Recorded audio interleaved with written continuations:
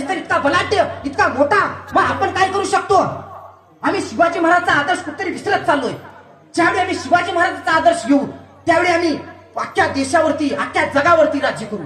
शिवाजी महाराज बालवयात आहेत आणि जंगलामध्ये स्वराज्य स्थापनेची ती त्यांची चळवळ चालू होती. 12, 13, 14 वर्षाचे आणि ते एखाद्या जंगलामध्ये जायचे, तलवारबाजी शिकायचे, घोडेस्वारी शिकायचे, दांडपट्टा कसा चालवायचा शिकायचे. पण हे कुणाला कळू नये म्हणून एका जंगलाच्या बाहेर एका पोराला उभं करायचे आणि कोणी जर अनोळखी आला तर त्यांनी कशाची तर आवाज, एखाद्या पक्षाची आवाज काढायचं आणि मध्ये जंगलामध्ये तलवारबाजी करणाऱ्याला, दांडपट्टा चालवणाऱ्याला कळायचं की कोणतरी आलंय, मग त्यांनी आपलं खेळ थांबवायचं. असे एके दिवशी 15-16 वर्षाचा मुलगा येत होतं आणि एक पोरगा झाडावर टेहळणी करत बसलं होतं. कोणीतरी येतंय का? जंगलाच्या मध्ये शिवाजी महाराजांची आणि त्यांच्या मित्रांची तलवारबाजीची सराव चालू होता. ते पोरगा जवळ आलं. ते जवळ येत असते झाडावरचं पोरगा टणकीने खाली उडी मारलं आणि त्या पोराला विचारलं, बोल रे काय काम काढलंस?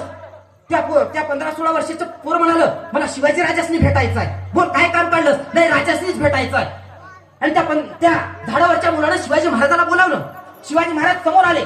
त्या 15-16 वर्षाच्या पोरानं सांगितलं, राज मी सुद्धा तुमच्यासोबत काम करा म्हणतो स्वराज्यासाठी. शिवाजी महाराज म्हणाले, बोल तुझं नाव तर सांग काय? त्यावेळी ते 15-16 वर्षाचं पोर म्हणालं, रामोशाचा बहिर्जीजी, रामोशाचा बहिर्जी. आणि त्यांनी सांगितलं, ये उद्यापासून कामाला.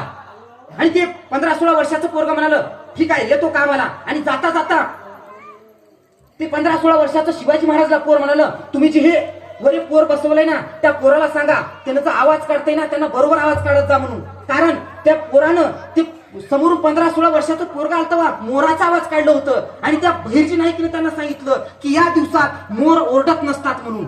आणि पुन्हा हेच बहिर्जी नाईक स्वराज्याचे गुप्तहेर ठरले.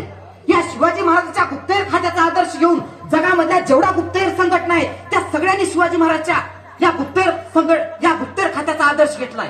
इस्रायलची मोसाद संघटना घ्या किंवा अमेरिकेची CIA घ्या किंवा भारताची रॉ घ्या किंवा इंग्लंडची MI6 घ्या, या सगळ्याच संघटनांनी, गुप्तहेर संघटनांनी शिवाजी महाराजांच्या गुप्तहेर खात्याचा आदर्श घेतलाय. इतकं अलौकिक कार्य आहे शिवाजी महाराजांचं. शिवाजी महाराजांनी आरमार उभं केलंय. आरमार उभं केलंय म्हणजे समुद्रावर एखादा जर कोणी हल्ला करत असेल तर त्याला रोखायचं काम त्या आरमाराचं आहे. आपल्या आरमाराचं तिथं त्या आरमाराच्या ह्याच्यावर लिहून ठेवलेलं आहे की भारतीय आरमाराचे जनक